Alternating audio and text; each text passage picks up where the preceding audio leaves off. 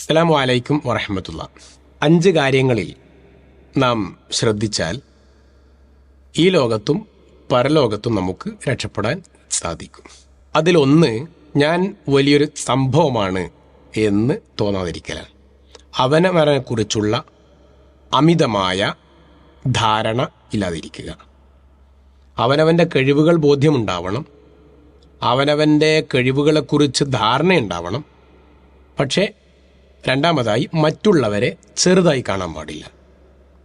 മറ്റുള്ളവരെ ചെറുതായി കാണുമ്പോൾ നമ്മെ നാശത്തിലേക്കാണ് സ്വാഭാവികമായി നാം എത്തിച്ചേരുക. രണ്ടാമതായി, അമിതമായ പ്രശംസ ഒഴിവാക്കുക. അമിത പ്രശംസ അത് പാടില്ലാത്തതാണ്. മൂന്നാമതായി, അഹങ്കാരം എന്ന സ്വഭാവം പൂർണ്ണമായും ഒഴിവാക്കേണ്ടതാണ്. എന്താണ് അഹങ്കാരമെന്ന് നമ്മൾ പഠിക്കേണ്ടതുണ്ട്. ഒരുപാട് ഭാഗങ്ങളിലൂടെ വിശദീകരിക്കേണ്ടതാണ് അഹങ്കാരം. അതിൽ ഒന്ന്, നബി സല്ലല്ലാഹു അലൈഹി വസല്ലം പഠിപ്പിച്ചത് സത്യത്തെ തള്ളിക്കളയലും നന്മയെ നിസ്സാരമാക്കലും ആണ് എന്നാണ്.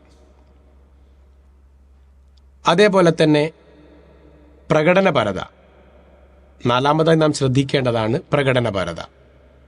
റിയാ, ലോകമാന്യം എന്നുള്ളത് നമ്മുടെ ജീവിതത്തിൽ ഈ ലോകത്തും പരലോകത്തും ഉണ്ടാകുന്ന ഏറ്റവും വലിയ നഷ്ടവും നാശവുമായിരിക്കും എന്നുള്ളത് നാം മനസ്സിലാക്കേണ്ടതാണ്. അഞ്ചാമതായി, ദേഹേച്ഛക്കനുസരിച്ച് പ്രവർത്തിക്കലാണ്.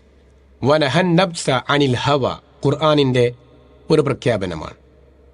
ദേഹേച്ഛ, അതിനനുസരിച്ചുള്ള പ്രവർത്തനം, ദേഹേച്ഛയെ അനുസരിച്ചുള്ള പ്രവർത്തനം എന്നുള്ളത് നമ്മുടെ ജീവിതത്തെ എന്നും നാശത്തിലേക്കെത്തിക്കുന്ന വലിയ ഒരു അപകടകമാണ്. അതുകൊണ്ട് തന്നെ വളരെ ഗൗരവത്തോടുകൂടി ആ വിഷയം നാം ശ്രദ്ധിക്കേണ്ടതുണ്ട്. ഈ രൂപത്തിൽ പൂർണ്ണമായും ഈ 5 കാര്യങ്ങൾ പാലിച്ചുകൊണ്ട് മുന്നോട്ട് നീങ്ങുവാൻ ശ്രദ്ധിക്കുക. അസ്സലാമു അലൈക്കും.